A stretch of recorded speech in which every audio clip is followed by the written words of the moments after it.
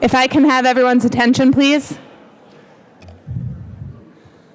In a moment, class of 2023 graduation will begin. Mazel tov to everybody.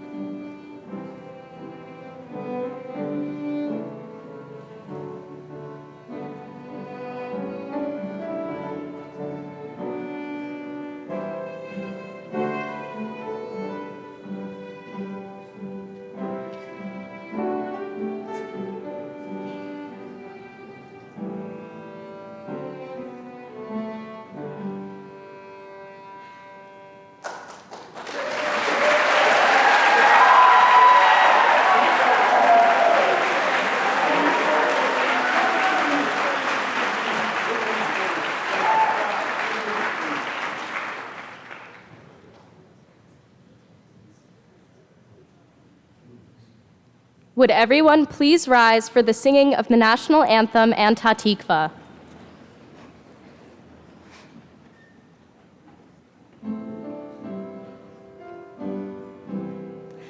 Oh, say, can you see by the dawn's early light what so proudly we held at the twilight's last gleaming, whose broad stripes and bright stars through the perilous fight o'er the ramparts we watched were so gallantly streaming, and the rockets' red glare, the bombs bursting in air, gave proof through the night that our flag was still there.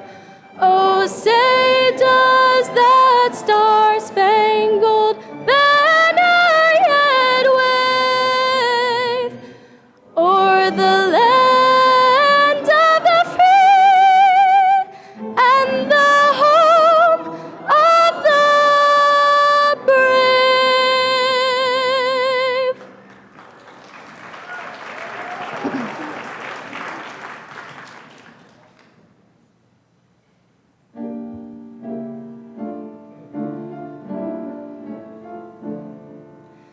Kolot balevav penima, nefesh Yehudi homia, ulfatem Mizrach kadima, ayin let Zion Sophia, od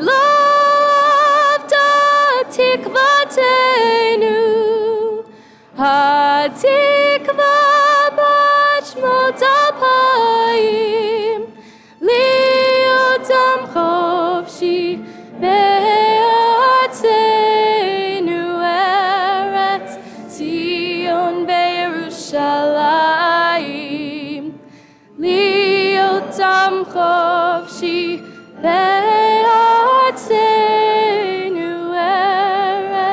Zion be'Yerushalayim.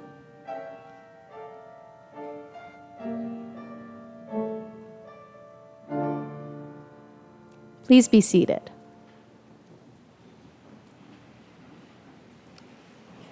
Ladies and gentlemen, the president of the Jack and Barrack Hebrew Academy Board of Directors, Mrs. Lisa Sandler.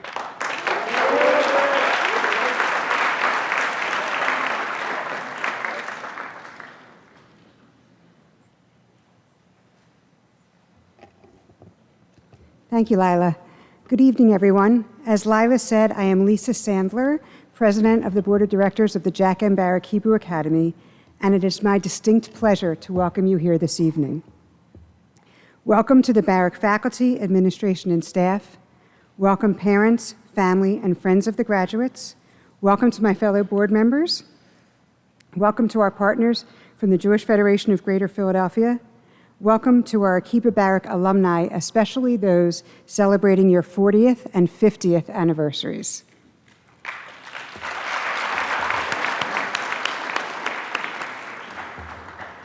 Welcome also to our former head of school, Sharon Levin, and welcome to the Governor and First Lady of Pennsylvania, Josh and Lori Shapiro, both Akiba class of 1991, and Mazel Tov on your son's graduation.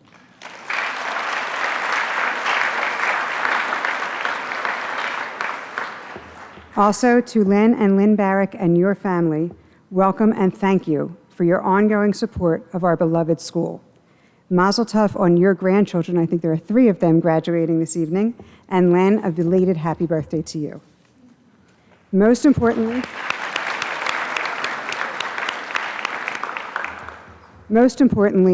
welcome to the class of 2023.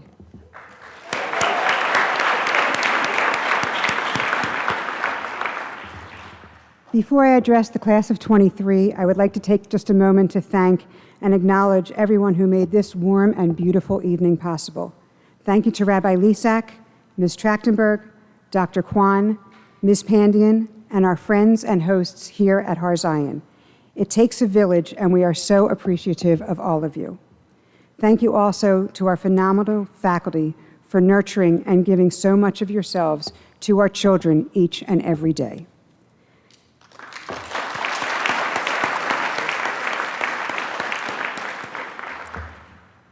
Class of 2023, excuse my back, but I can't really turn this way too well, but because I have a child in your class, I feel like all of you are my children. So this is a really emotional night for me. But thankfully, Brad and I only have to pay college tuition for one of you, so that's really good. I have truly enjoyed watching you grow as a warm and supportive community, welcoming new students to the grade, and building friendships throughout your middle school and upper school careers. I have had the pleasure of seeing you support each other, help each other, and celebrate with each other. I speak for the entire community and for everyone here when I tell you how very proud we are of all of you. Although you are moving on from Barrack, the friends you have made here will be your lifelong friends. You will continue to be there for each other in good times and not so good times, cheering for each other, even from different states or different countries. You are an incredible group of young adults. You adapt well and you always thrive. When the pandemic hit your freshman year, you found ways to support each other and see each other. This group even held a virtual sleepover. As restrictions eased, you seamlessly and excitedly came back to school thrilled to be together again. You have created so many memories at Barrack, at Muss, on the sports fields, in the theater, your other extracurriculars, and you will have so many more amazing experiences to share with each other in the years to come. I'd like to be one of, I'm sure, many people to offer you some advice. Your education at Barrack prepared you well for what is to come. You have been taught to critically analyze and question, to respectfully debate, and to stand up for what is right. As you move on to your next step, remember what you learned, remember your tools, and remember to continue to analyze and continue to question, and most importantly, continue to stand up for what is right. Dig deeper and never stop digging. Ask new questions and then search for the answers to those questions. You might have already decided what you want your major to be or what you want to practice after college or graduate school or professional school, but I encourage you to keep an open mind. Try classes that sound interesting, even though they may not be in your major or it's something that you've ever even explored before. Take this time to discover outside of the classroom too. Maybe try a new sport or a new club. And you'll be meeting so many new people, and each of them will have something to offer you and something that you can learn. Take time to dream. When his students asked Rabbi Jonathan Sachs for advice, he advised them to dream about what they would like to do, to be, to achieve. To dream about what difference they would make in the world. Dreams, he said, signal the direction of our journey. I encourage you to dream and then do whatever you can to make your dreams become a reality. You have been trained to be leaders, and leaders never stop learning and never stop questioning. You have the tools to lead, to create, to inspire, and to do tikkun olam, to repair the world. Push yourself, don't be afraid, and don't stop. The sky is not even your limit, and you might be surprised at how high your achievements can take you. And we will all be thrilled to watch you make your dreams come true. Golda Meir once said, "Trust yourself. Create the kind of self that you will be happy to live with all of your life. Make the most of yourself by fanning the tiny inner sparks of possibility into flames of achievement. Your lives will be filled with amazing opportunities. Some you will create, and some will find you. And you will also face some challenges. And when you do, remember the tools that you have learned here at Barrack. And while you are celebrating your achievements with your family and friends, don't forget your family here at Barrack. Always remember that our community and your Barrack family is here for you. We look forward to hearing from you and having you come back to visit. We will be celebrating you every step of the way. My final prayers for you is that you have nights filled with beautiful dreams and that your days are filled with your beautiful dreams becoming a reality, and that the sun shines more brightly for you each and every day. Mazal Tov.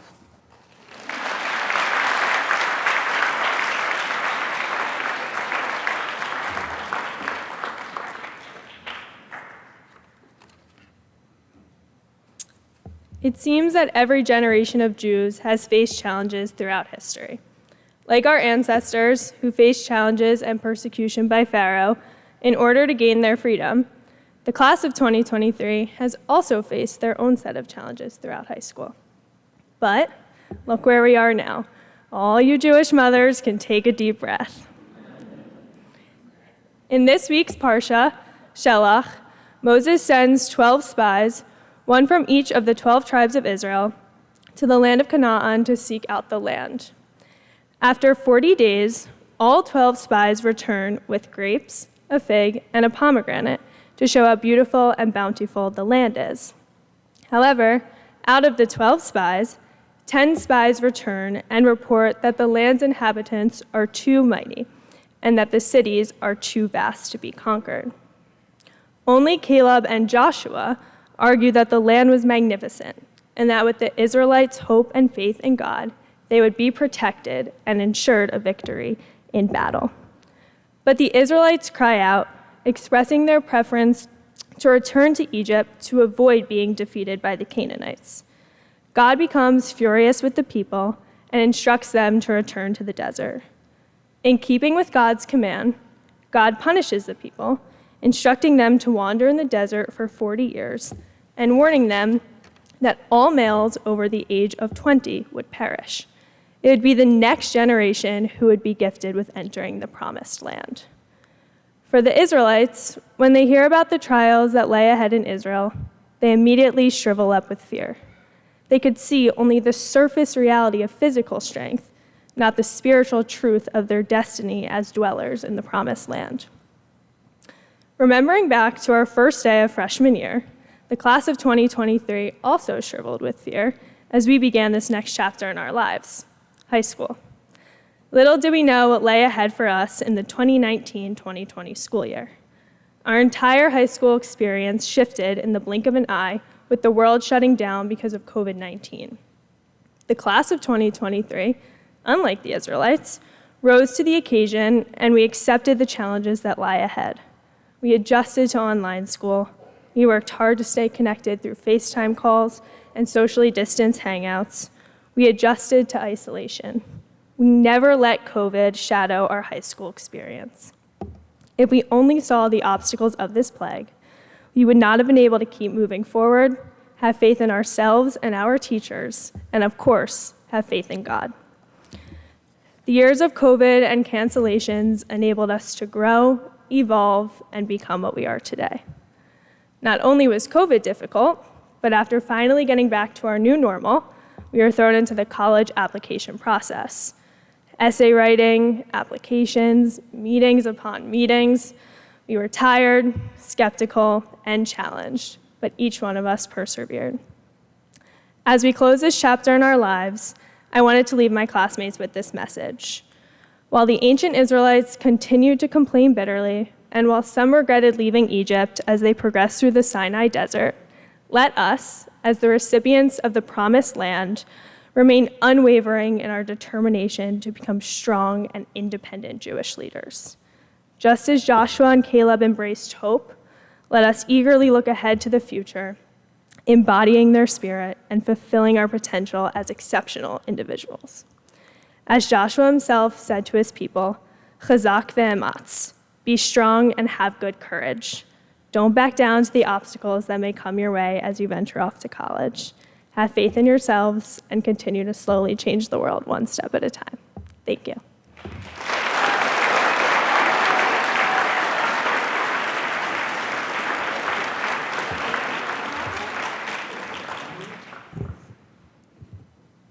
Erev Tov l'chulam, ubruchim haba'im letekes hasiyum shel machzor 2023. אני רוצה להתחיל בהודות לכל הסגל וצוות המורים של ברק על העבודה המשותפת כדי ליצור את החוויה המתאימה ביותר עבור מחזור 2023.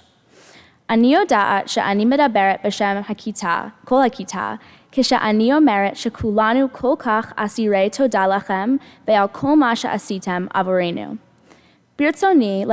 ברצוני להודות גם למחלקה לעברית בברק, כי בלעדיה לא הייתי עומדת על הבמה הזו בכלל נושאת נאום, שלא לדבר על נאום בעברית.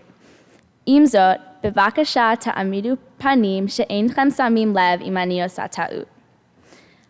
היום התכנסנו כדי לחגוג שנים של עבודה קשה, מסירות והתמדה.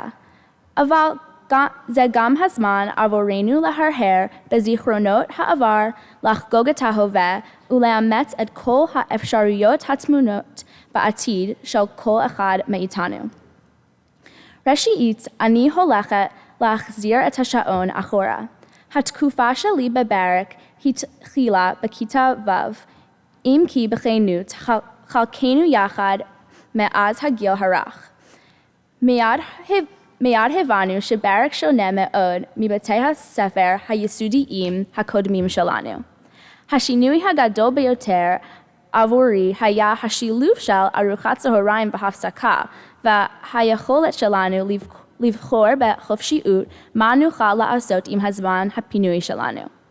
נוכל לבלות את ארוחת צהריים שלנו בחוגים, כולל אך לא רק, חוג ישראל, חוג התה, חוג איכות הסביבה, והחביב עליי ביותר, חוג מתמטיקה. אבל במציאות, השינויים שחווינו היו הרבה יותר דרסטיים ומרגשים. לא רק שהיינו בקמפוס חדש לגמרי, אבל שבזמן הפינוי שלנו אפשרו לנו לחקור אותו בעצמנו. זה כמובן בא עם אחריות חדשה לגמרי, כרטיס התלמיד. אחרי כמה פתקים ורודים וביקורים אצל אלכס שטרוקר, נראה שהבנו את זה.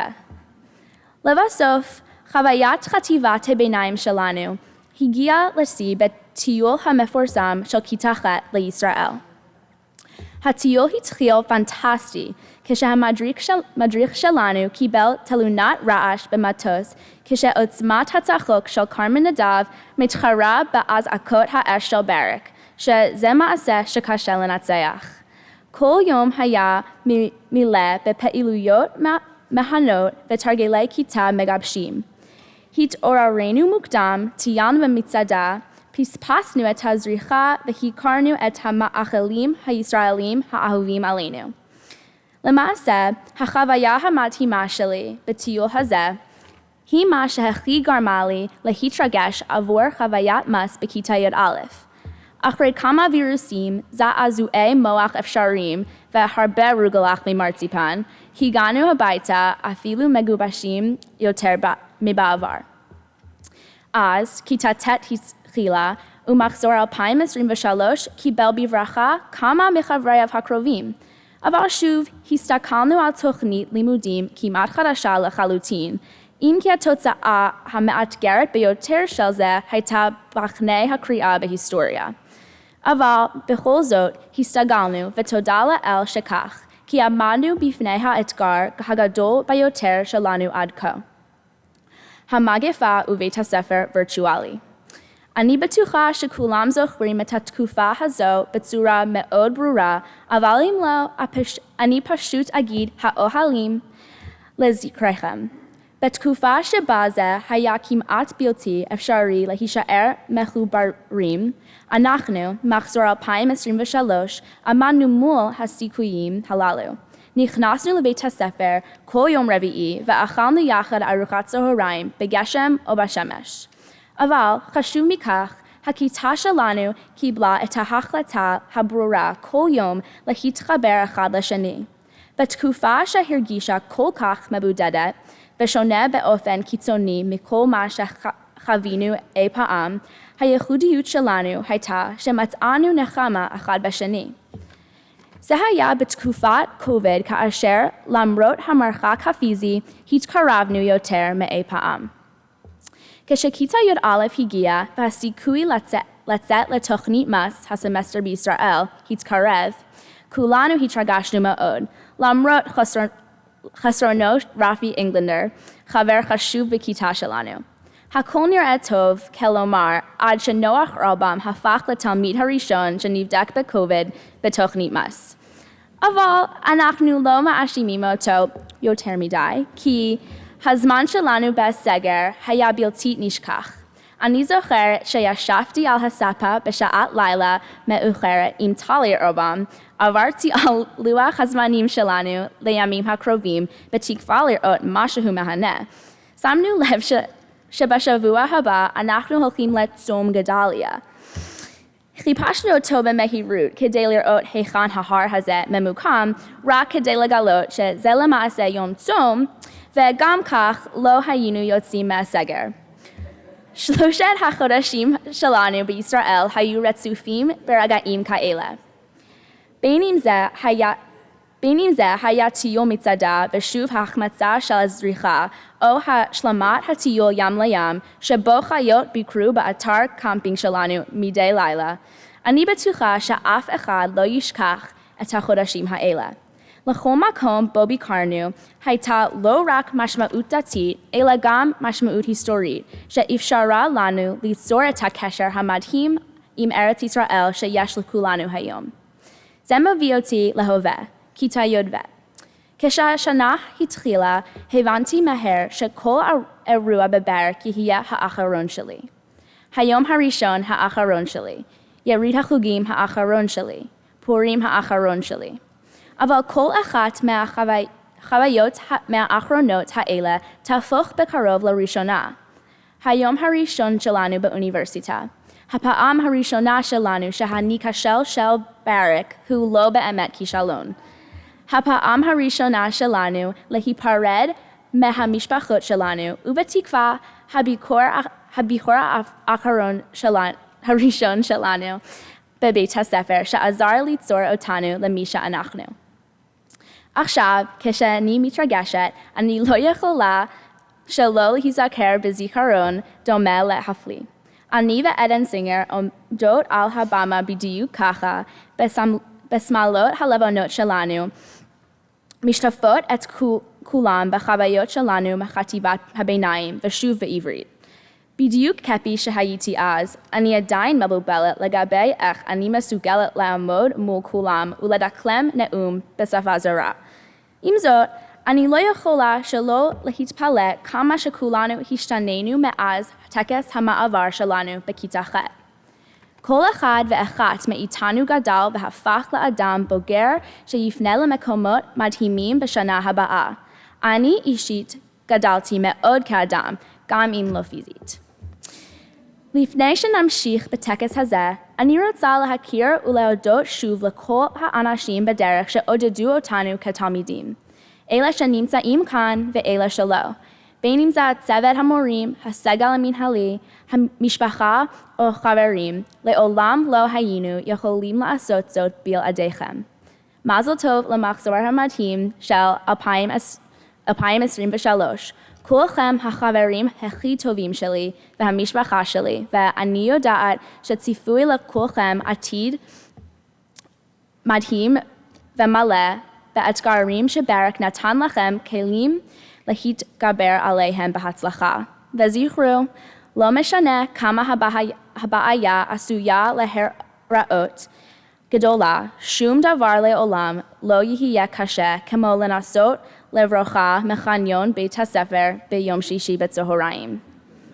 תודה רבה ומזל טוב.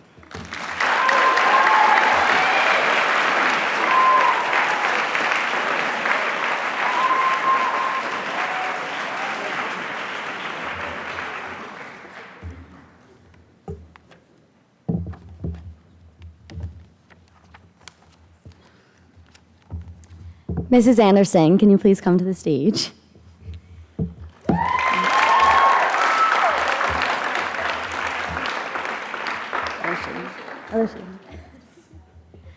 Mrs. Anderson, you've seen our good, bad, crazy, chatty, and stressed, but your patience, love, and funny personality never failed to shine through. From various meetings about essays to class time discussions that always managed to get off track, you have always been by our sides throughout our high school experience. Whether it was easing our stressed out brains over an essay, excessively commenting on our quote charts, even when you used fancy words that confused us, assuring us that our futures do not depend on one essay, or just making us laugh until we couldn't breathe in class, you've made English so enjoyable. Thank you for always taking the time to work through an essay prompt with us and helping us become the best students and writers. We promise we will put our phones in our teachers' phone purgatory when we go off to college next year. We will miss you and our class so much. P.S. What do you think we should title our notes? All our love, the class of 2023.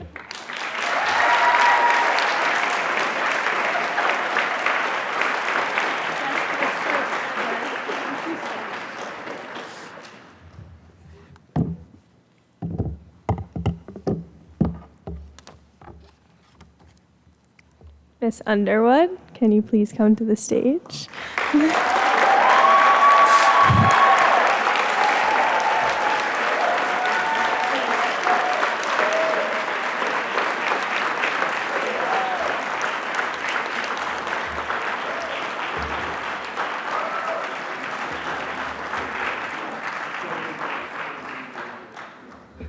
Miss Underwood, you have been with us through every step of our middle school and high school experiences. Through our crazy, chaotic, overwhelming, and busy days, you have always been there to greet us with a smile and make sure that everything was okay. Thank you for dealing with us through our senioritis when we couldn't quite get to school at 8:15 or remain at school until 3:35. We have no idea where we would be without your late passes or your contagious smile always bringing us joy. Although your accident meant we couldn't finish our senior year with you, there was not a day that went by that we didn't miss you tremendously. We have absolutely no idea how we would have made it through our senior year without you, and we cannot thank you enough for the unconditional love that you have given to us over these past 4 years. You've been someone who we could rely on and look to for support every single day, and you have no idea how grateful we are to have you. We will miss you so much next year, and we promise that we will try and show up on time to our college lectures in honor of you.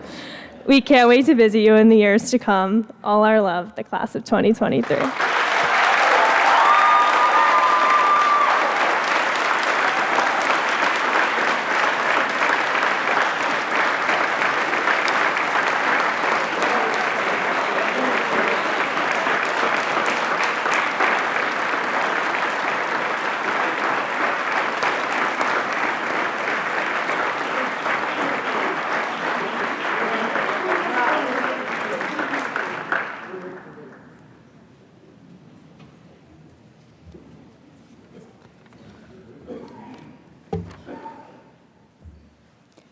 When I started 6th grade, my sister Ruthie asked me what graduating class I was in. 2023, I responded, and she gawked. The 2020s sounded futuristic, unreal, like the flying cars technological universe of Back to the Future's 2015. For us, 2023 couldn't come fast enough, as we longed to graduate and start our lives. I think this is a natural condition that I'll call futurephilia, love of and fixation on the future. June 14th, 2023, the future has arrived.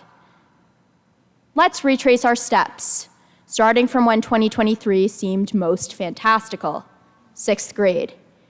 My Stern Center friends and I scoffed at the notion that we'd ever integrate with the Foreman kids. But we had to band together against the scary high schoolers. I coveted my brother's senior swagger as he strode down the hall chugging Wawa chocolate milk. We went into 7th grade as more of a unit. With slime and fidget spinners banned school-wide, our only means of distraction was each other. We sweltered in Williamsburg, the more devious among us hiding in showers during room checks, aching for more independence. In fact, by the time we entered 8th grade, we felt like high schoolers and didn't quite understand why we weren't. We craved the end of middle school, the next supposedly more easeful phase, when we'd know how to be and how to act. Amazingly, It didn't really feel like we had arrived when we started ninth grade. 2023 loomed ahead of us, both a carrot and a stick, as we adjusted. Some had a more turbulent transition than others, crying over 6 out of 10s on English quizzes and declaring it the end of their college admissions prospects. We debated Holden's merits and faced the monstrous prospect of our first research paper. I loved Siddhartha, most didn't. I hated the Odyssey, most did. Miss Anderson returned my first research paper to me, albeit months after submission, with handwritten comments scrawled in the margins. And it struck me how much respect underlay them. The willingness to devote that much time to students' work is baked into Barrack's culture. For years now, I've been spoiled by it, with phone calls from Mrs. Strick to explain complex math problems and mentoring for Mrs. Scheinman on essay contests. I know these aren't exclusively my experiences. These are Barrack experiences. And even when we grumbled about the nitpicking, I think deep down, most of us appreciate the passion behind it. Just when we were getting the hang of high school, COVID struck. At first, the virus was as foreign as all the other faraway tragedies wreaking havoc, from the fires in Australia to the trade war with China. Even when it approached, there was something novel and exciting about the prospect of online school in our immediate future, especially the 10 o'clock starts. But a 4-week hiatus turned into an indefinite purgatory, and the novelty grew stale. I missed the banter with my classmates, especially with whom I did not have a texting relationship. COVID wiped away Barrack's familial back and forth. We looked forward to its end with active yearning. What we failed to appreciate was that virtual school was still very much Barrack. We still found reasons to laugh and a way to connect. Ginger ale lab kits exploded in our fridges. We debated love at first sight as we speed read R&J. But we felt unable to lose ourselves in the moment given the constant uncertainty. All we could do was look to the future when the messiness would resolve. Must rewarded us for our tenacity. Boarding the plane, some of us with suitcases that weighed more than we did, we had no idea whether our experience would compare to our siblings. Bedewed or quarantine was the first trial, and it was a taxing one. I had spent so much time sick with future philia, dreaming of the people I'd meet in college and the friends I'd get to choose, that I'd overlooked the value of the people built into my life. Bedewed pinched me awake to the reality that my suite mates, some of whose judgment I'd feared for years, really loved and kind of understood me. Over Mus, that realization expanded to include much of the grade. At Barrack, our quirks are endearing instead of strange. That's my experience, anyway. In senior year, the nebulous future became a very real and startling present. So, when the future arrives, as it invariably does, what do we do with that? How do we adapt when the day or event we've awaited slams into us, or we it, at full speed? To greater or lesser extents, we've spent our entire lives waiting, hoping, and dreaming. Future philia at work. During COVID, longing for normalcy consumed us as we sat in isolation in our bedrooms or suffocated in humid tents swarmed with lantern flies. We coped by looking to the future and vesting our excitement in it. Our future philia sustained us. When we don't like where we are, our only sparks of joy come from looking toward where we're going. Even less extreme circumstances stirred our future philia. Middle school was, I can't wait for high school. The 8th grade Israel trip was, I can't wait for Mus. Junior year was, I can't wait to park in the senior lot. And senior year was, I can't wait to never see this lot again. Indeed, the allure of the future characterizes childhood, pushing us to withstand current annoyances by promising us they're temporary. One day, we believe, I'll be able to live how I want. I'll be grown and on my own. But if being in the driver's seat is what it means to reach adulthood, we will be grasping at it forever. Believe me, I hate it, but we're all passengers, eternally. Whether it's 5 years from now or 50, we'll face external forces that'll rock us until we don't know up from down. Independence is a facade, and control is impossible. So, maybe the key to growing up lies in accepting that we're never done growing, and to dwell in the in-between, to relish it instead of wishing it away. Maybe I'm being a little too blunt or too emo, but I speak frankly because I see real danger in future philia. It's not just a childhood condition, but a lifelong trap for those who fall into it. College is not the start of our lives, just as high school was not. Don't fall for that trope. It puts too much pressure on a finite period that is just life. Life is messy, always. If it already feels messy, that's because it has already started. Look at how much of it we've lived. Together, we went to school in tents. We camped in the Negev and sang in the pitch-black Bar Kokhba caves, watching the flames flicker before us. We argued over Judaism in Rabbi Raisin's class.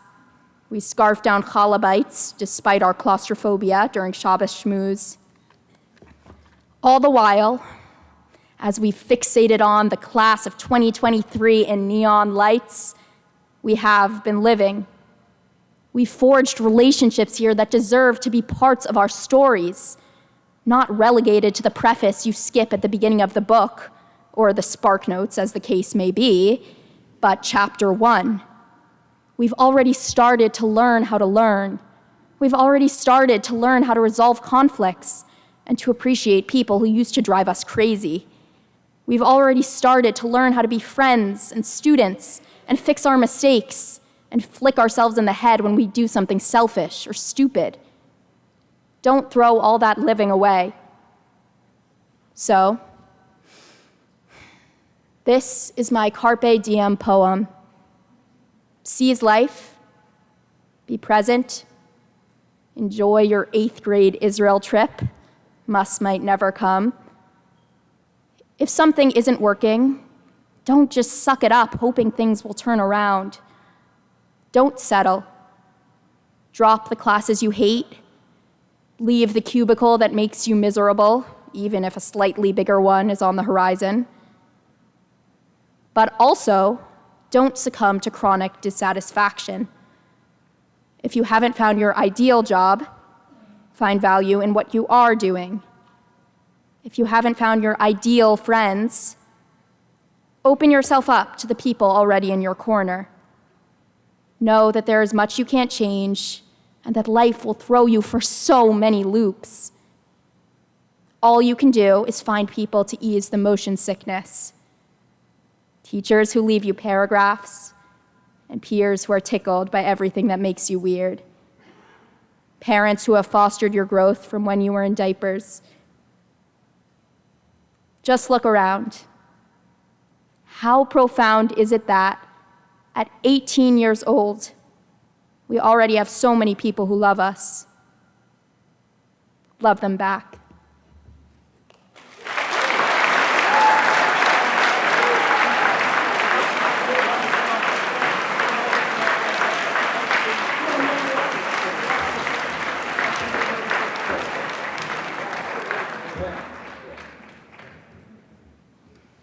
Lisa K. Solomon is a best-selling author, global speaker, passionate educator, and award-winning civic entrepreneur whose work focuses on helping leaders and learners shape better futures. A Philadelphia native and named one of IXDA's Women of Design 2020, her work blends imagination with possibility, building the capacity to take the long view when today's problems seem overwhelming.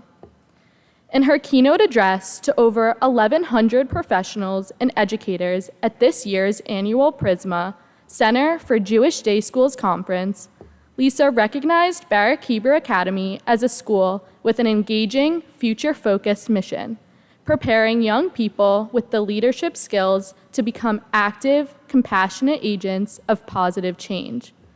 She has done extensive work with the Jewish community, keynoting not only at Prisma, but also at conferences such as Union for Reform Judaism, JFNA's General Assembly, Hillel International General Assembly, Upstart, and has served on faculty for the Wexner Institute. We're also thrilled that Lisa will be returning in August to lead professional development work with our Barrack faculty. Currently an associate professor and designer in residence at Stanford University's Hasso-Plattner Institute of Design, Lisa focuses on bridging the disciplines of futures in design thinking to help students learn and practice the skills they don't yet know they need. Please welcome Lisa K. Solomon.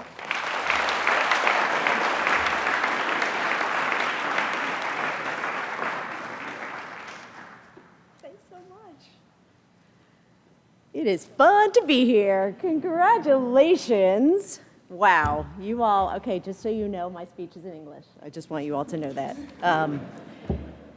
Ida, I really appreciate that warm introduction. Thank you. And wow, kol hakavod, Talia, Neva, Kate, on the reflective words that you've shared with your fellow classmates today, and just this incredible gathering here. And huge congratulations to the entire graduating class of 2023.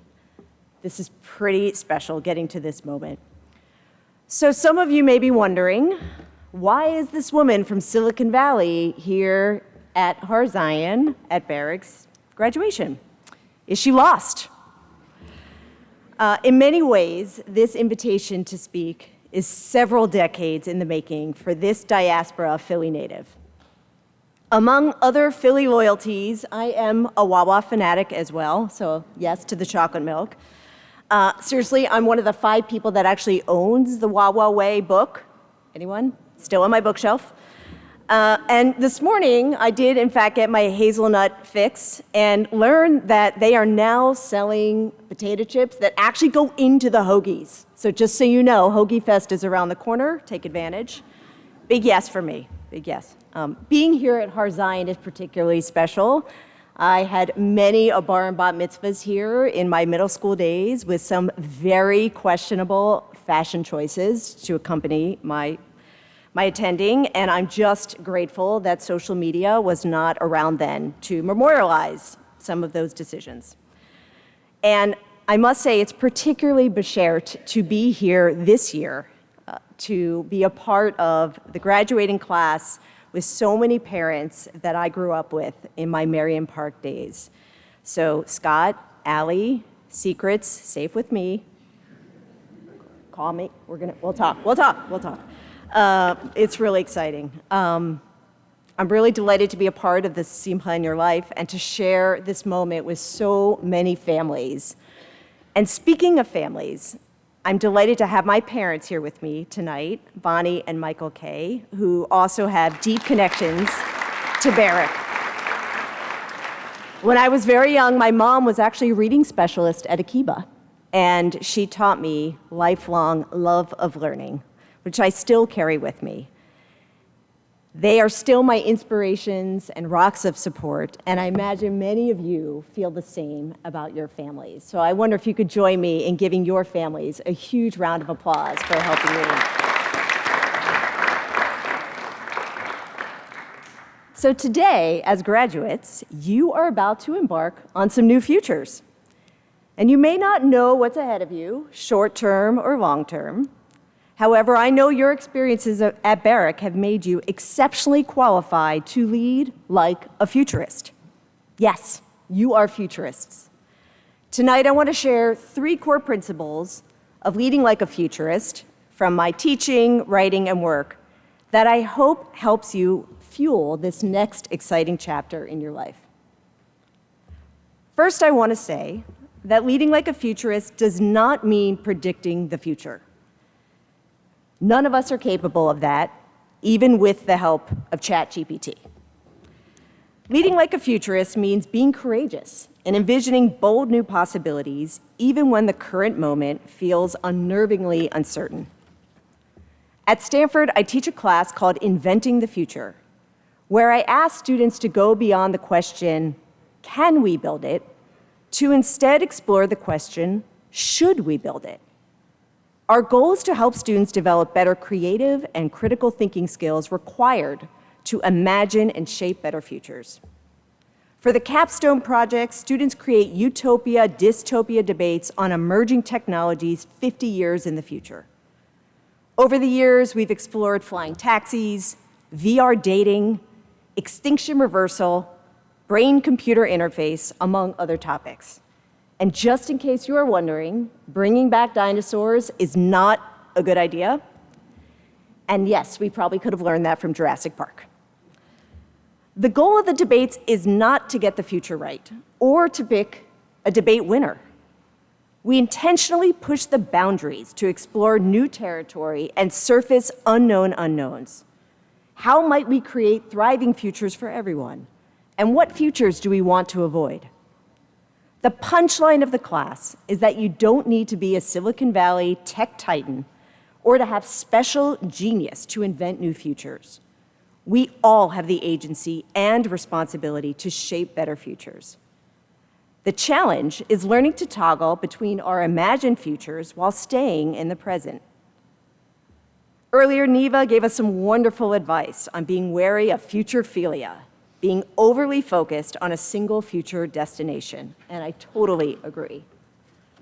It turns out that these temporal horizons, past, present, and future, do not have to be at odds with each other. In fact, they inform and support each other. The notion of reflecting on our past to imagine new futures is baked into many foundational concepts of Jewish text, tradition, and values. L'Dor V'Dor is not just about honoring our past, it guides us on how to steward our futures. Author Roman Krznaric called this being, quote, a good ancestor. It's about making decisions and investing in choices that positively impact the next generation and generations to come. Now, you may be thinking, I'm not ready to take on the responsibility of being a good ancestor. I just want to go down the shore this summer, have some mango pizza, maybe get along with my college roommate. But the beauty is that here at Barrack, you've had 10,000 hours of practice of being a good ancestor, and then some. Values of tzedakah, tzaddik, tikkun olam are deeply embedded in your default settings. They are also a scaffold for how to nurture and care for generations to come. On a very personal level, these values, strongly held over generations, aren't just good for others. They're good for you too. They will help you find clarity and guidance through moments of extreme uncertainty and ambiguity. And let's face it, in this increasingly dynamic world, the future promises to hold a lot more uncertainty. So this practice of living strong values can serve as a source of enduring strength and fuel for positive action. I'm going to lobby Rabbi Lisak to add being a good ancestor to your homepage, like right up there with developing mensches. Definitely the best tagline I've ever heard for a school. The second principle I want to share is the positive power of yes and. It takes a lot of courage to bring new ideas to life. There are no data points from the future, no guarantees of success. And that's scary, particularly when we're so often rewarded for being right. How can you get it right when it's never been done before? Let me paint a potentially familiar scenario. You come up with a great new idea, perhaps in the shower, on a long walk, in the car. That's often where the best seeds of inspiration come from. And you excitedly share it with a friend, family member, or peer. And they say, because they like you, yeah, that is a great idea, but it would never happen. This all too familiar response is what I call the yeah buts, as in, yeah, but that's been tried before. Yeah, but that's too expensive. Yeah, but that takes too much time. Yeah, but we don't know how to do that. Basically, any form of yeah, but no. Leading Like a Futurist asks that we move beyond the resistance of yeah, but and into the possibilities of yes, and. A mantra of yes, and isn't Pollyanna or a coded form of toxic positivity, but rather an invitation to turn a constraint into an opportunity. To be fair, there's security in that no. It can bring a sense of safety and protection from unknown territory. Turns out there's some value in kvetching. But it can also keep us trapped in systems and situations that are ripe for new models. Yes, and isn't just a phrase.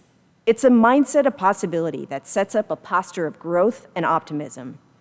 It allows for adaptive problem solving and applied creativity that surfaces options through a lens of abundance and agency, not scarcity and helplessness.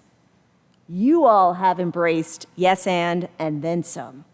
You had to figure out how to learn in tense, you experienced Israel in quarantine, and you openly explore different perspectives through Talmudic study and other classes. When you know how to turn yeah, but into a yes, and, it's like a superpower of opportunity and resilience. You are never without options, and that is a very powerful position to be in. The final insight I want to share is one that I learned thanks to a life-altering opportunity that I owe to the incredibly generous and very menschy Lynn Barrack.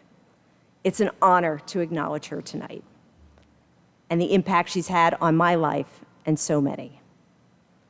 Nearly 3 decades ago, I graduated from Cornell with a newly minted BA in government and grand visions that my first job would allow me to make a positive difference in the world.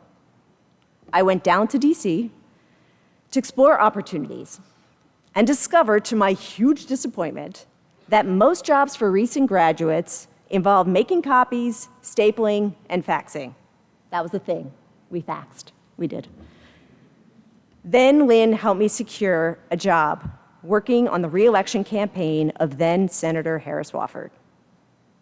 Suddenly, at age 21, I was living in Pittsburgh and part of a small team tasked with raising $7 million, or about $40 million in today's terms, to fund what was going to be a very expensive and difficult race.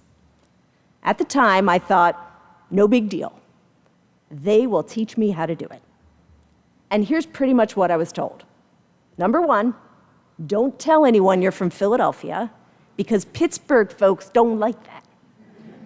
I think it's a Steelers-Eagles thing. Right? Go Birds. Okay.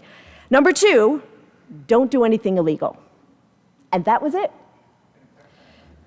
What I quickly learned from that experience, and what I've carried with me ever since, is the realization that there is no they.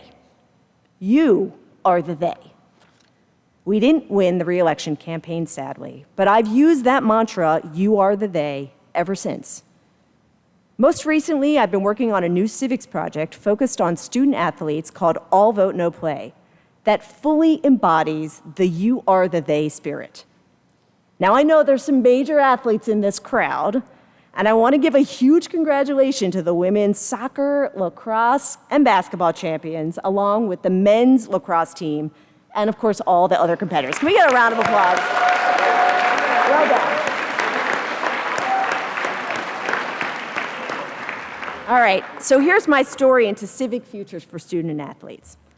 About 3 years ago, I got a call from a 6'10" basketball coach named Eric Reveneau, who was the associate head coach of men's basketball at Georgia Tech at the time. He was trying to help his players process the aftermath of the murder of George Floyd and the frustration and angers that the players were feeling. One of his seniors on the team, Malachi Rice, said, well, if you all care so much about shaping your future, how many of you are registered to vote?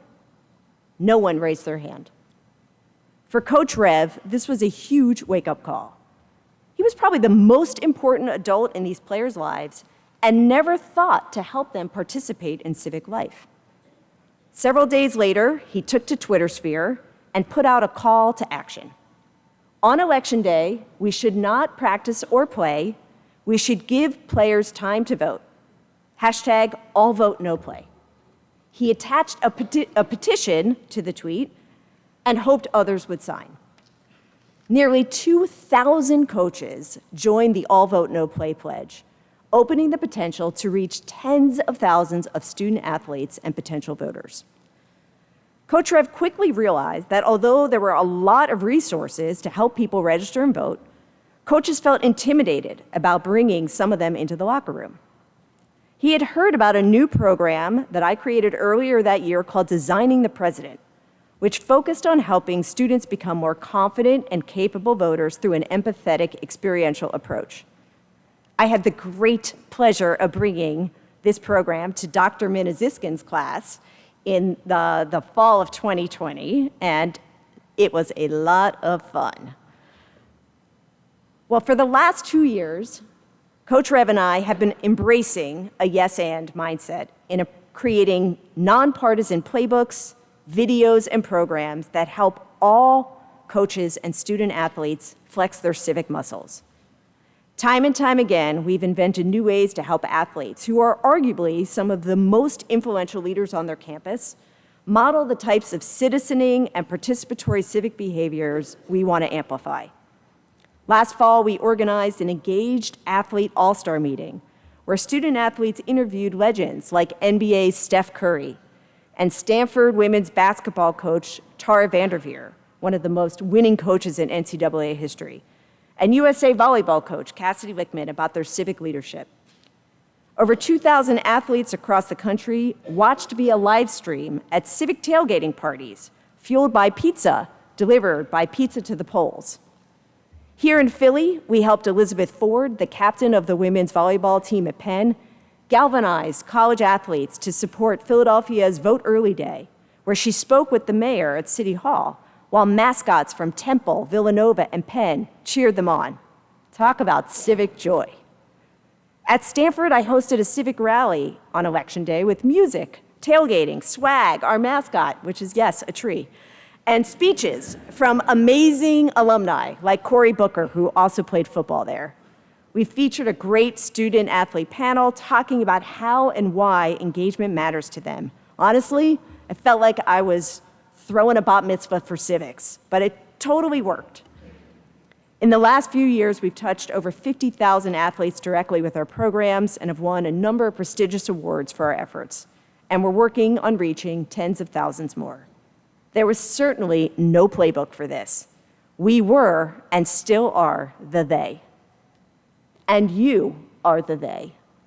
You can make great things possible on your campuses, your communities, and the world. You're steeped in menschiness with strong values strongly held. You are capable time travelers, building on the strength of generations past to be responsible for descendants to come. And you now join an incredible global community of alumni from Barrack who are ready to support your next adventure. You are in very good company. Mazal tov on this incredible journey so far. I cannot wait to see what types of futures you will shape. Thank you so much.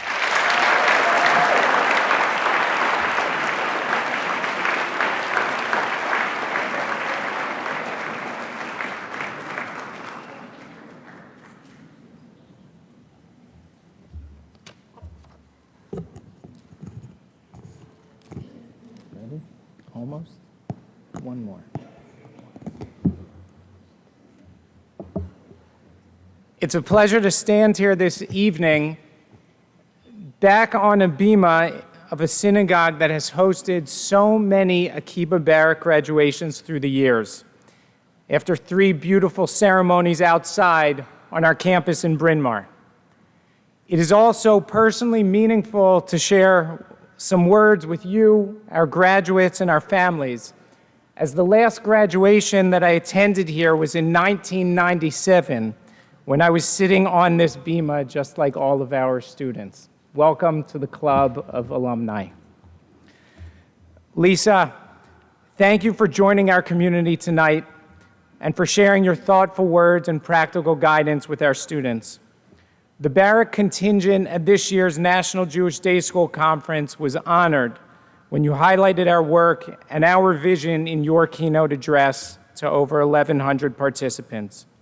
We are thrilled that our students have now had the opportunity to hear from you directly as they imagine their future while grounded in the spirit of good ancestorness, and that our faculty will be able to learn with you together when we return to school this August. Toda.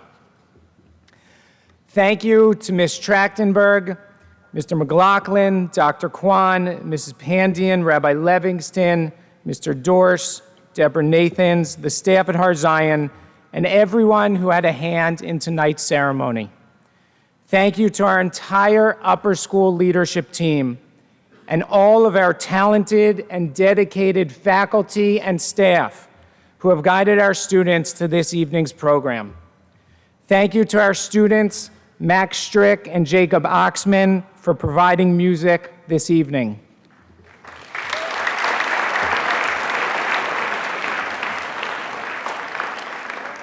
Thank you to our board of directors, including those who could be here tonight, for your dedication to our school and your ongoing support and leadership. And a special mazal tov to board members Lisa Sandler, Scott Earlbaum, Amy Uffberg, and Dr. Stephen Shapiro, who each have a child or a grandchild graduating from Barrack tonight.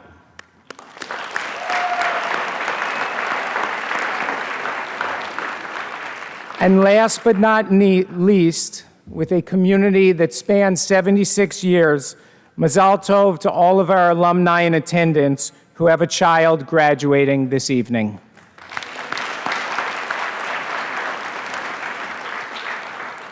Welcome to all of our community partners from near and far who are here to celebrate with us tonight, including colleagues and heads of school, Rabbi Ed Harwitz from the Weber School in Atlanta, and Ashley Scott from Midtown International School in Atlanta.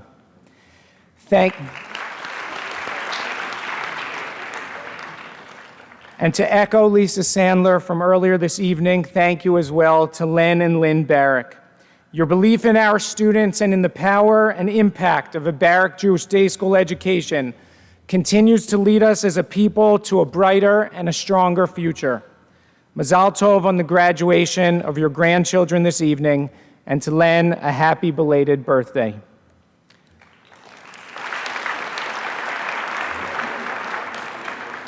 And to all of our families here tonight, thank you. We do this holy work in partnership with all of you. We are all strengthened because your children have been a part of our Barrack community. Last June, after the conclusion of the school year and in preparation for this year, our leadership team met to discuss possible themes that we might focus on in 2022-2023. We decided that chesed, kindness, would be an overall theme for the year, and that it would also be connected to a second theme, constructed in the form of a question. How do we create a culture in school in which civil discourse and respectful disagreement is the norm? That question was developed on account of societal trends, realities that we have seen or experienced ourselves in the communities and the families we are a part of, or in the leaders we watch on television, social media, or read about in the news. It was born out of an awareness that our young people do not necessarily have enough adults living these values publicly that they can model themselves after, and that it is a struggle to a point in our school community as well. In order to imagine and build the future that we want to see, we chose to identify the issue, frame the question, and recommit to developing behaviors and habits that will lead to the outcomes we believe are possible. We brought in the organization Facing History and Ourselves to do professional development with faculty in August, and held additional PD sessions on this topic during the year, along with curricular enhancements in specific courses and grades, and some classes for our parents as well. We recognize that this is a process. We understand that we are playing the long game. But we believe that it is not only a value of the highest order, but a set of skills and a way of thinking that must be taught and practiced if we hope to see this actualized in the world around us by you, our graduates, and those whom you will lead and soon influence. No more than 2 months after we decided on this theme for the year, an article came out in August of 2022, which I first read on the NBC News website based on an NBC News Generation Lab poll. The article began, quote, "Almost half of second-year college students say that they wouldn't choose to be roommates with someone who supported a different presidential candidate than they did in 2020. A majority say they wouldn't go on a date with someone who voted differently. And nearly 2/3 of them say they couldn't see themselves marrying someone who backed a different presidential candidate just 2 years ago." Now, the poll highlights a political divide in our nation. This one specifically focused on those in college.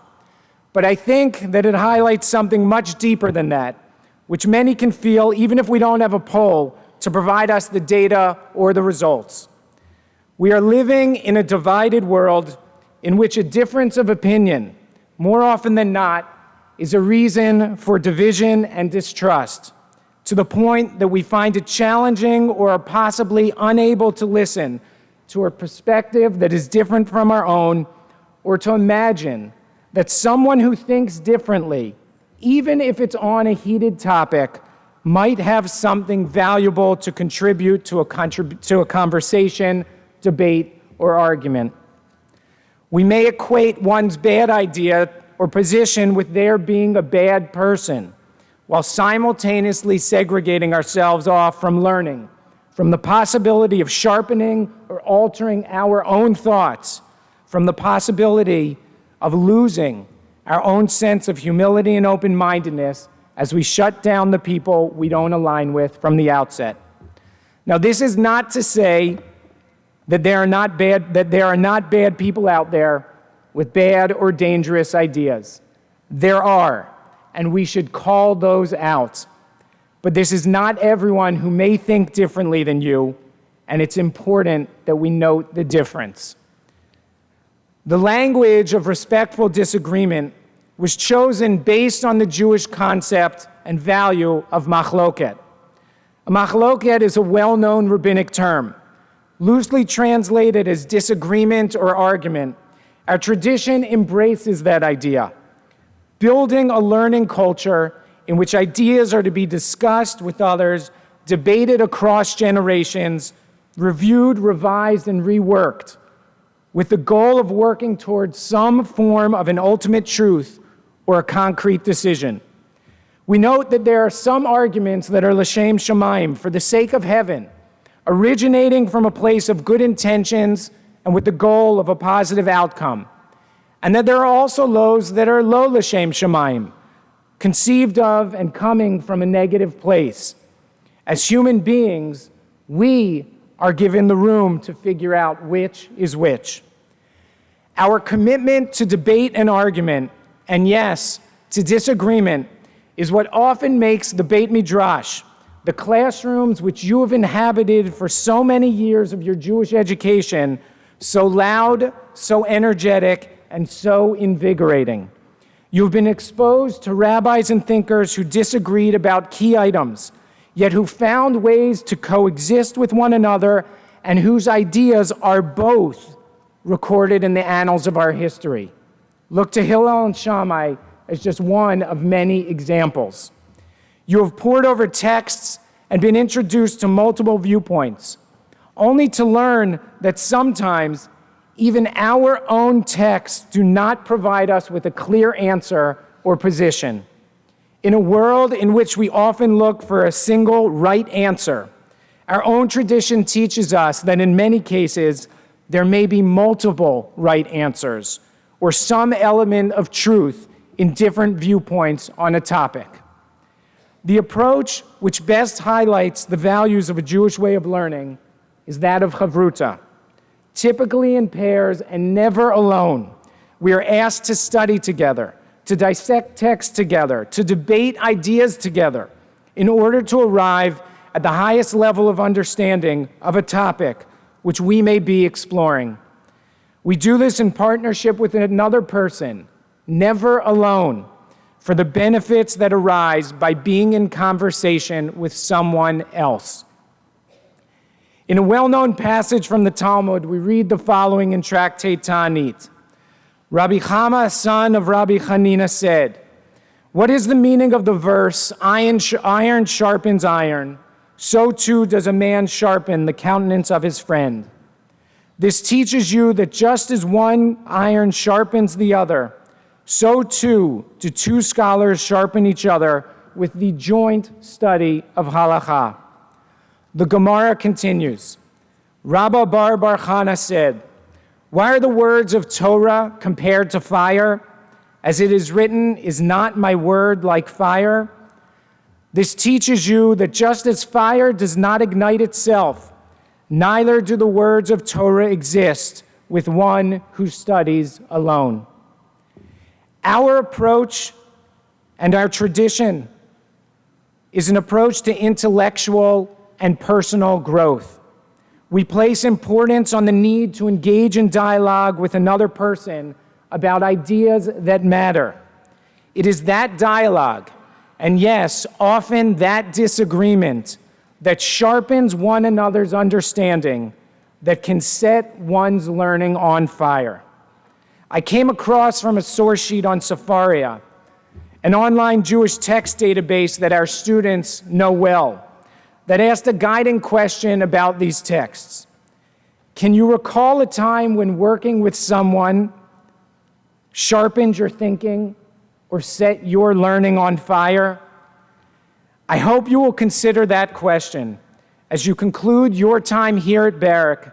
Remember those conversations you had in our classrooms, facilitated by talented faculty and brimming with emotions, energy, and the intellect of thoughtful peers as you prepare yourselves for a new form of the Beit Midrash outside of the Barrack walls.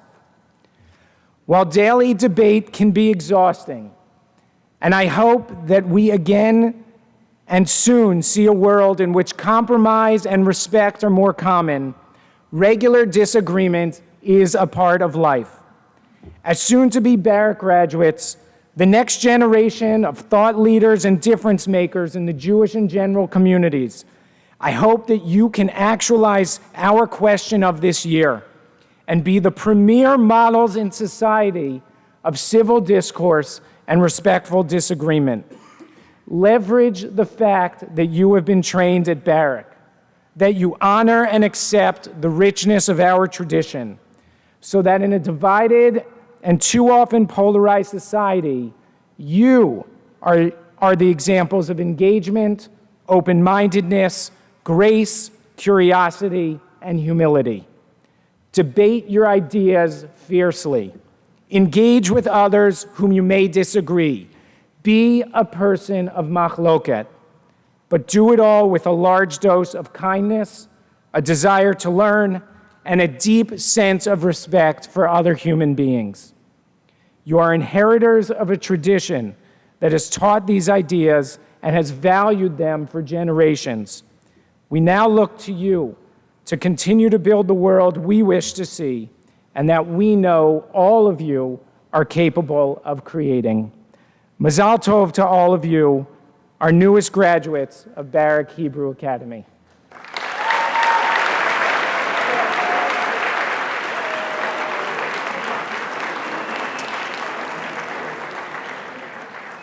Would Mr. Tom McLaughlin and Miss Rebecca Trachtenberg please come forward to present diplomas?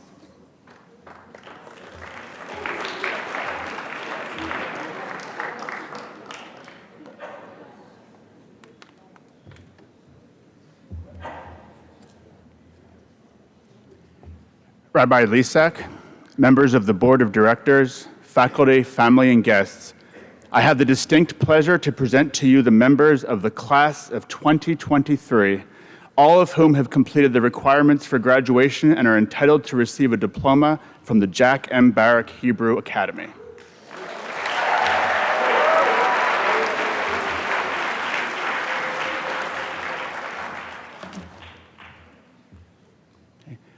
Calling Dr. Minna Ziskind, Jack M. Barrack Hebrew Academy faculty member.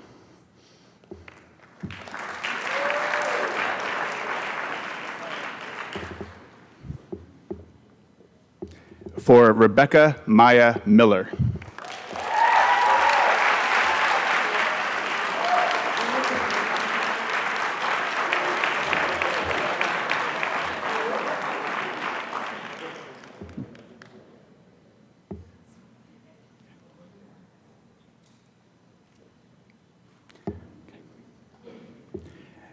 Benji Austin Gelwarg.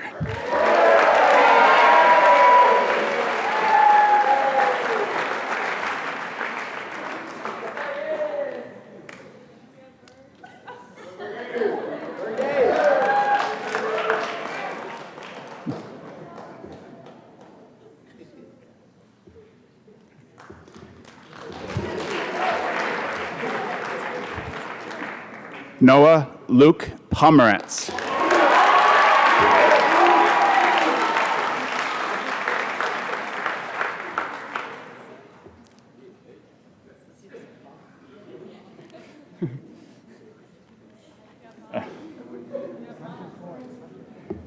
Benjamin Neil Zelnick.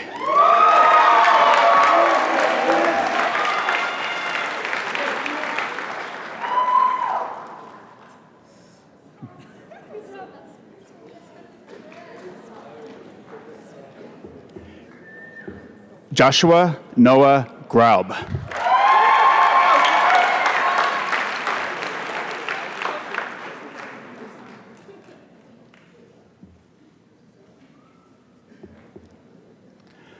Ari Judah Powers.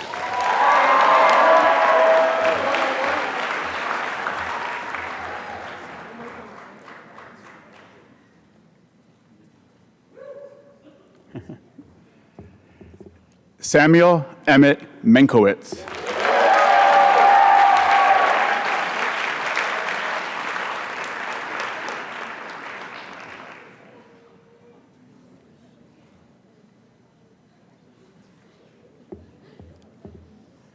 Raphael Benjamin Englander.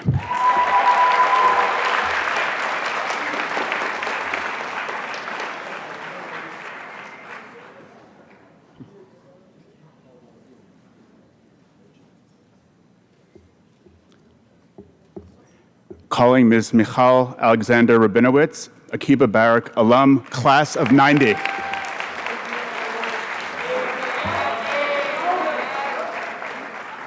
For Jack Gabriel Rabinowitz.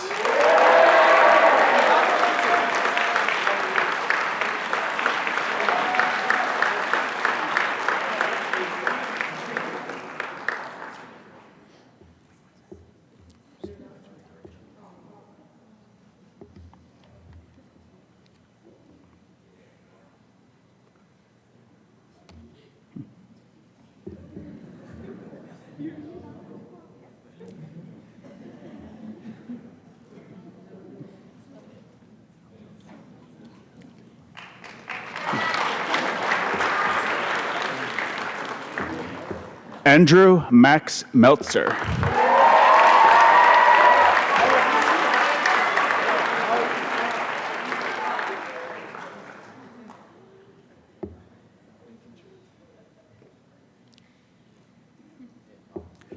Noah Zachary Earlbaum.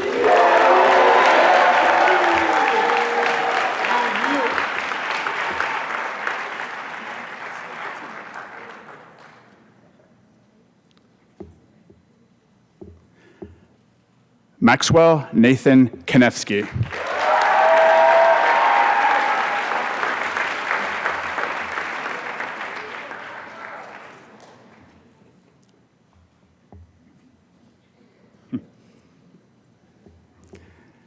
Calling Mrs. Lisa Sandler, Jack M. Barrack Hebrew Academy Board President.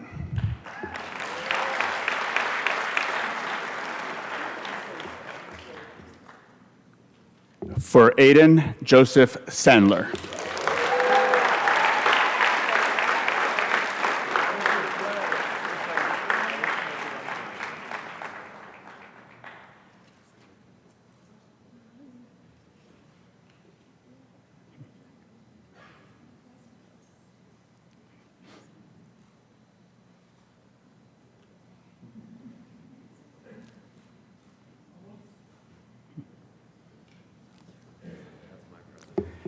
Calling Mr. David Kozlov, Akiba Barrack alum, class of '86.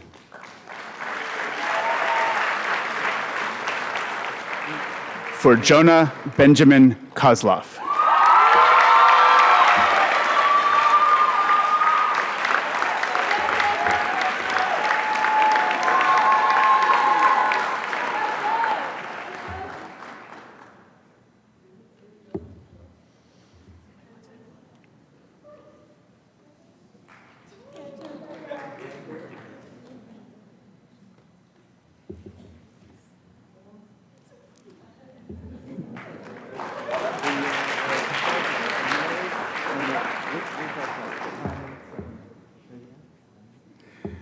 Megan Emily Grob.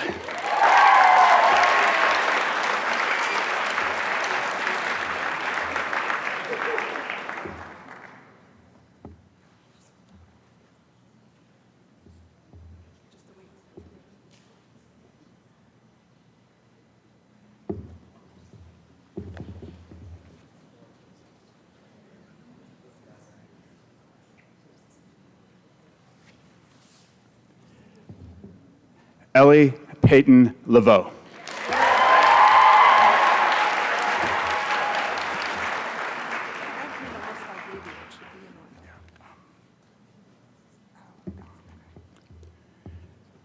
Maya Sadie Koval.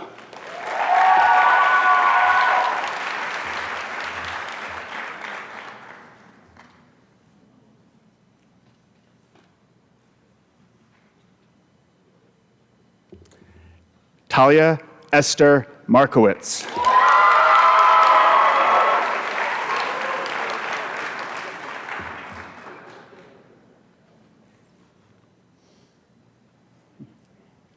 Nicole Ariel Eppelbaum.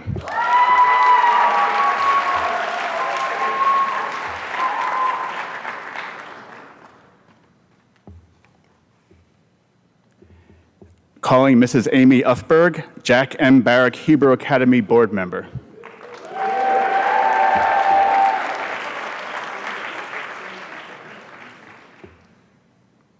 For Jenna Lee Uffberg.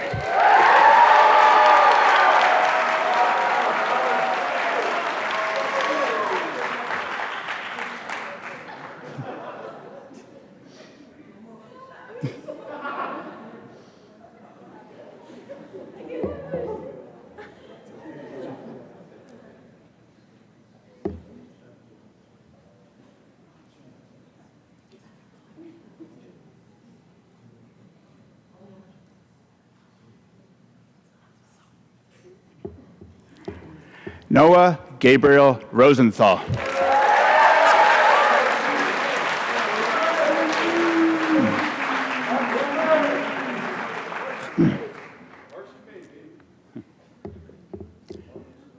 Rose Batchen Shapiro Ackerman.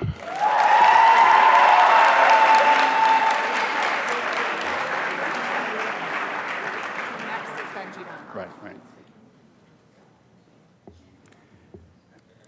Calling Ms. Audrey Kraus, Akiba Barrack alum, class of '85, and Mr. David Diamond, Akiba Barrack, class of '85.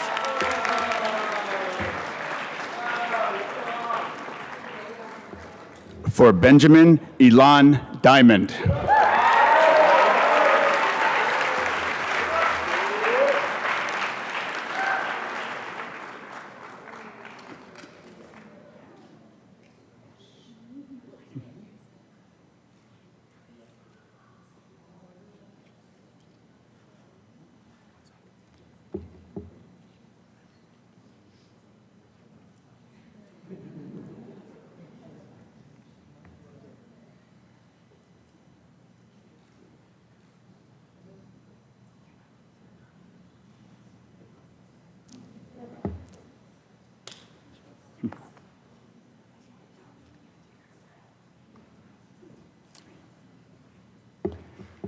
Sophie Joy Ramisher.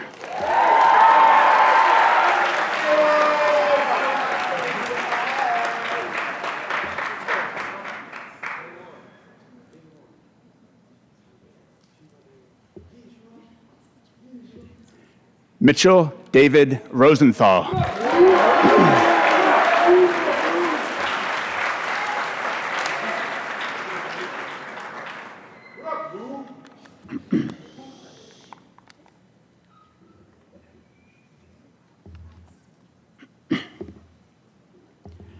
Calling Dr. Stephen Shapiro, past president of the Jack M. Barrack Hebrew Academy Board, Governor Josh Shapiro, class of 91, and First Lady Lori Shapiro, class of 91.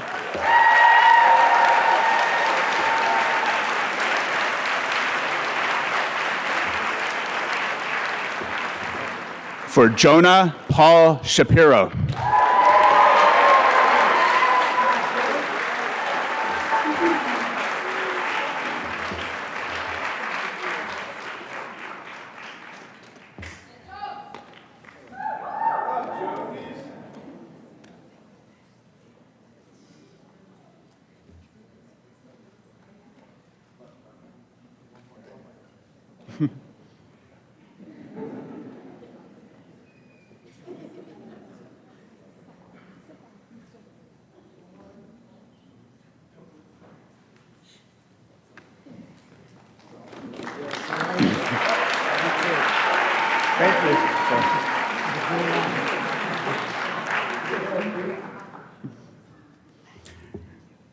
Calling Mrs. Mindy Andelman, Akiba Barrack alum, class of 93.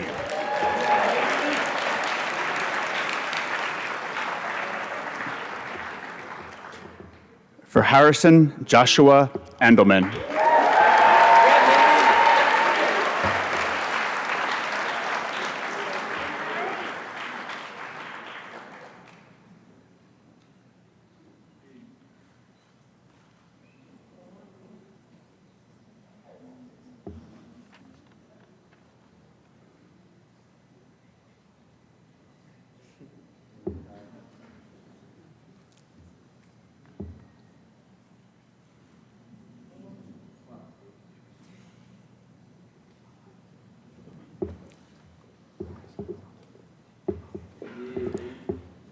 Carmen Nadav.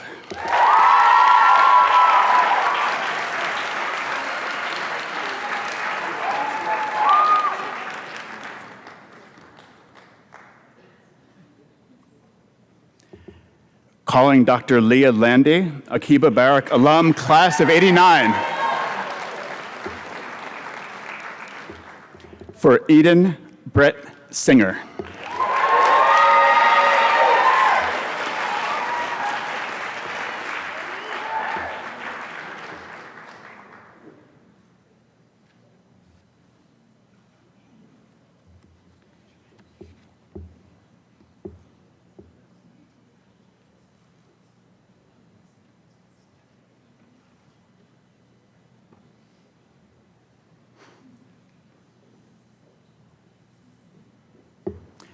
Calling Mr. Scott Earlbaum, Jack M. Barrack Hebrew Academy Board Vice President.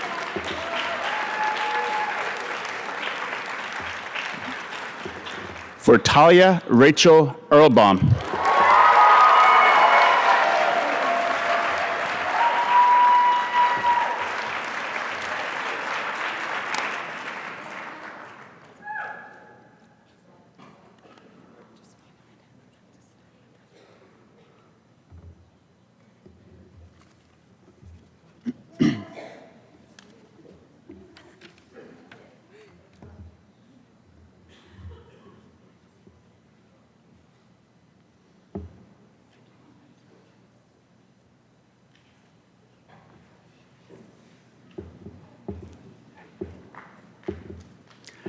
Talia Raquel Wilner.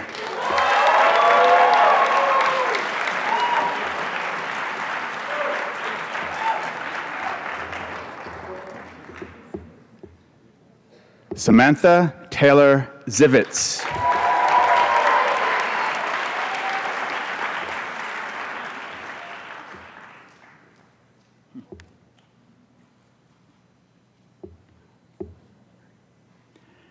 Abigail Jolie Greenspan.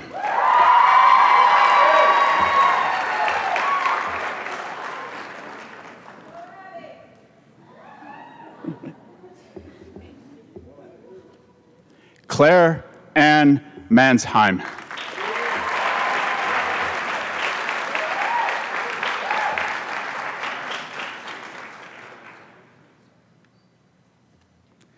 Abigail Devora Sherman.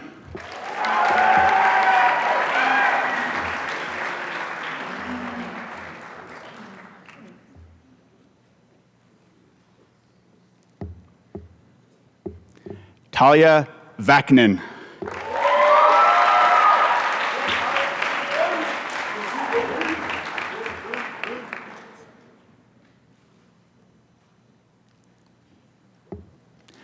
Calling Ms. Diane Rose, Akiba Barrack alum, class of '84.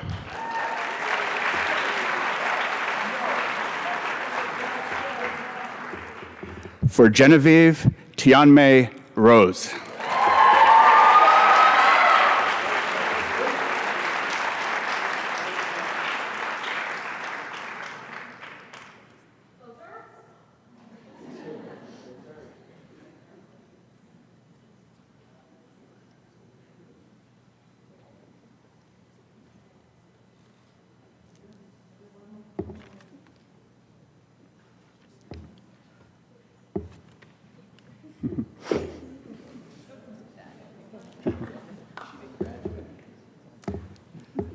Sophie Lila Sussman.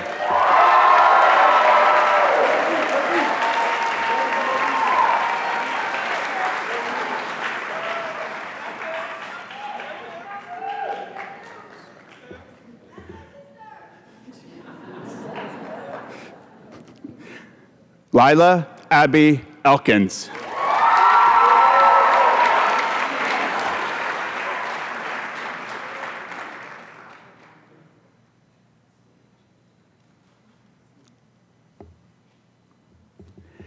Neva Felzer Cohen.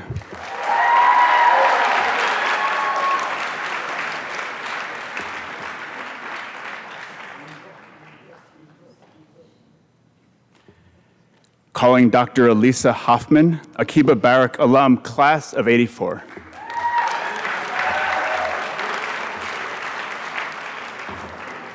For Kate Alana Hoffman Filler.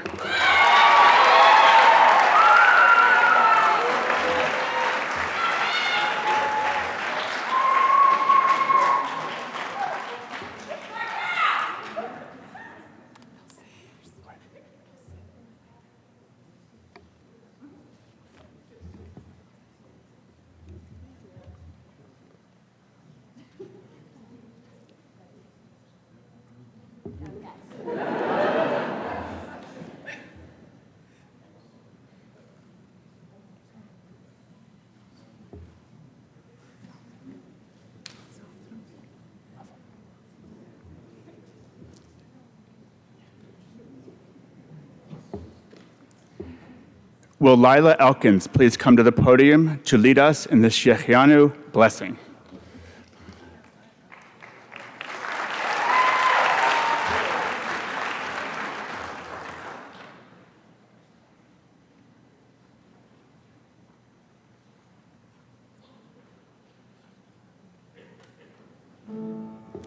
Baruch atah Adonai Eloheinu melech haolam shehechianu v'kiyamanu v'higianu lazman hazeh.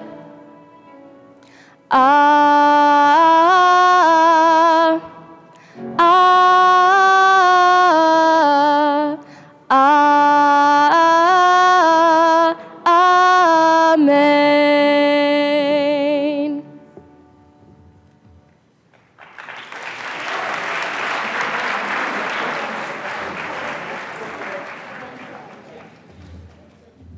Rabbi Lisak, members of the Board of Directors, family, faculty, and guests, I am pleased to present to you the class of 2023. Mazel Tov.